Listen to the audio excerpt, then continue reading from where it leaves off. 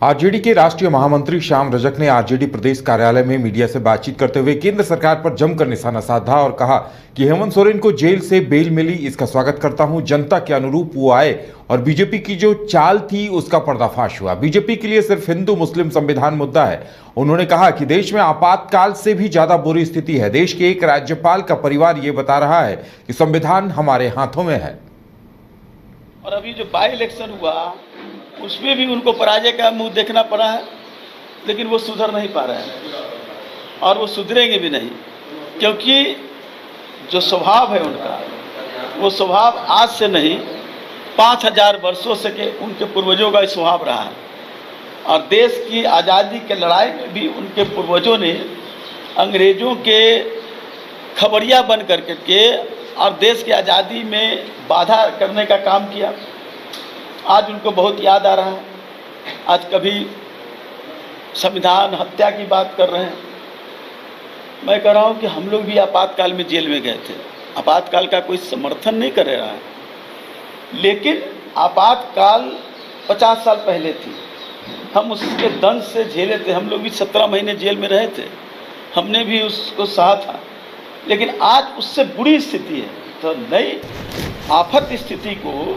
और लेकिन मैं धृष्टता नहीं कर सका, क्योंकि आप लोग के साथ जो संबंध है उस संबंध में मैं अगर अनुपस्थित रहता और आपके साथ वार्तालाप नहीं करता, संवाद नहीं करता, तो मेरे लिए एक कमी रह जाती और आपकी शिकायत रह जाती। इसीलिए कोई राजनीतिक रूप से मैं नहीं आया, मैं एक निजी कार्यक्रम में आया। लेकिन मैं राजनीतिक व्यक्ति हूँ, तो निश्चित तो मैं कार्यालय में आया हूँ।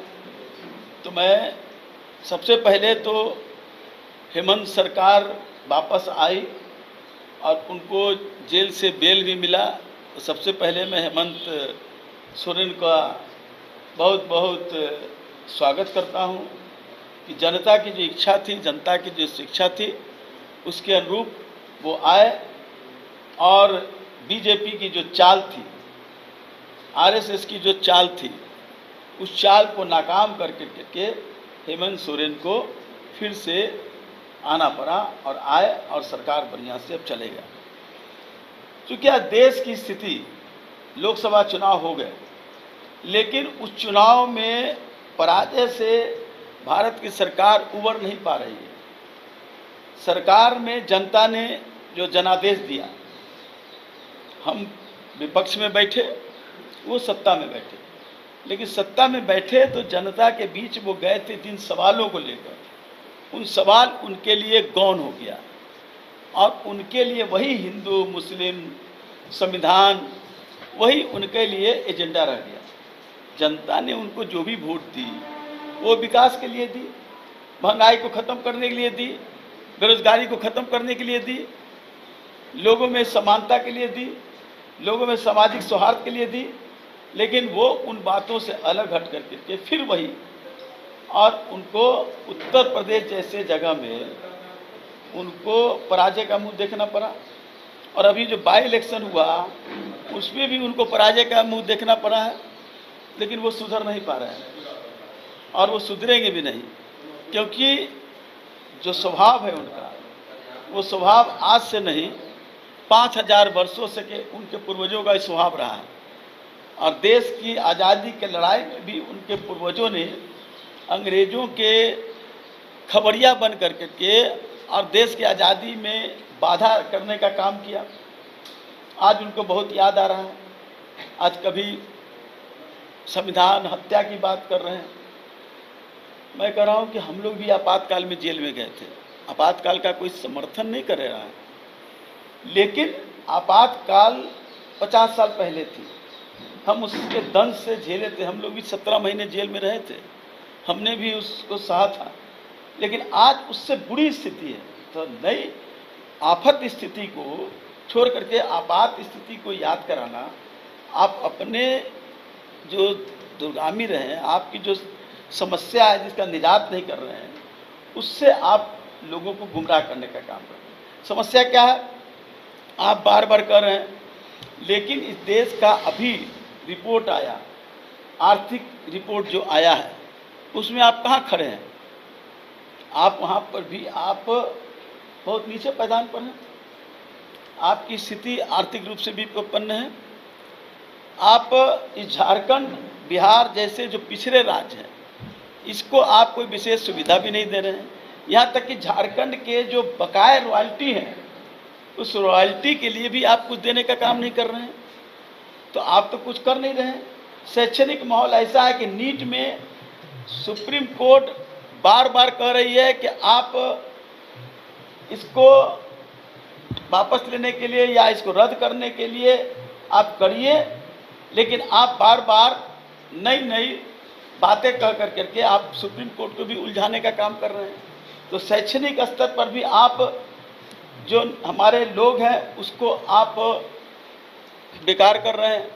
आर्थिक रूप से आप सिर्फ बोल रहे हैं कि हम 5 किलो अनाज दे रहे हैं।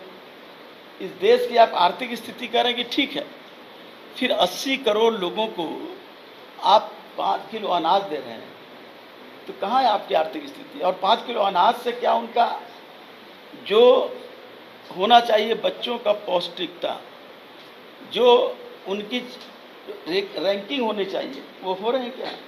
उनके पास गेहूं और चावल खा करके क्या इस देश की सीमाओं पर सुरक्षा करने का काम कर पाएंगे क्या? तो आप भूख सूचकांक में आप सबसे नीचे हैं। आपसे ऊपर बांग्लादेश है, पाकिस्तान है, आप उससे नीचे हैं। ये हमारा आंकड़ा नहीं, आप ही का आंकड़ा है। आप शैक्षणिक स्तर पर आप पीछे हैं। लॉ एंड ऑर्डर में आप पीछे हैं।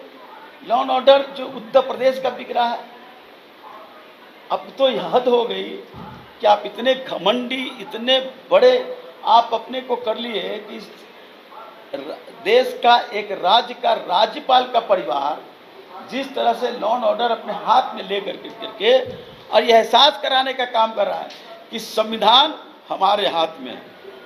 5000 वर्षों के पहले जो बड़े लोग एहसास गरीबों का कराते थे कि देश समाज के हम मुखिया हैं, हमारे अनुसार चलना होगा, वही काम इस देश के जो मुखिया हैं, उनके लोग हैं, उस तरह का एहसास कराने का काम। तो लॉ एंड ऑर्डर फेल, आर्थिक स्थिति पर हम फेल, शैक्षणिक स्थिति पर फेल, बेरोजगारी में आपने कहा था, आपने नौकरी नहीं देने का काम किया, नौकरी नहीं दे रहे हैं। युवा जो है वो अपने आप को हतोत्साहित हो रहा है। सारे इंस्टीट्यूट जो है वो ठप होने को स्थिति में है और आप सारे जो सरकारी संस्थानों को आप बंद कर रहे हैं। बैंकों की स्थिति आपने कह दिया कि बैंक में लोन देने का काम मत कीजिए, छोटे लोन, तो बड़े लोन अडानी अंबानी जैसे 20 घराने हैं जिसको आप लोन दीजिए और फिर उनको लोन को आप माफ़ कर दीजिए। और जो गरीब है, किसान है, आप एक तरफ करें। आए थे यहाँ के प्रभारी, बड़े व्यक्ति रूप से मैं जानता हूँ उनको, क्या कहा, हम एमएसपी दे रहे हैं।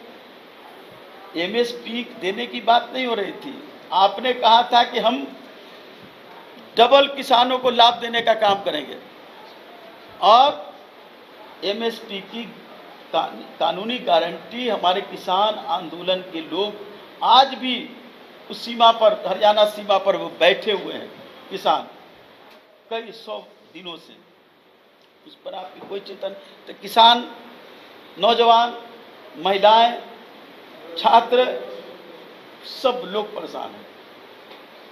आप सरकार तो बैसाखी पर है, भारत की सरकार, लेकिन बैसाखी पर है, इसको तो कोई अस्वीकार नहीं करेगा। लेकिन आप न जातीय जनगणना कर रहे हैं, न भारत सरकार राज्यों को, जो गरीब है, जो पिछड़ा है, झारखंड जैसा राज्य जो सबसे संपन्न राज्य था, आज उसको कहाँ खड़ा कर दिए, वो नहीं मिल रहा है रॉयल्टी। तो इसलिए ये सरकार के खिलाफ जनता ने फैसला दिया। बाई इलेक्शन में भी कल्पना सोरेन जीती। ये जीत महागठबंधन की, इंडिया गठबंधन की रही और जनता की जीत है। जनता ने बता दिया कि हम लोकसभा ही नहीं, जो भी चुनाव होगा, हम एनडीए को, भारतीय जनता पार्टी को हम स्वीकार नहीं करेंगे।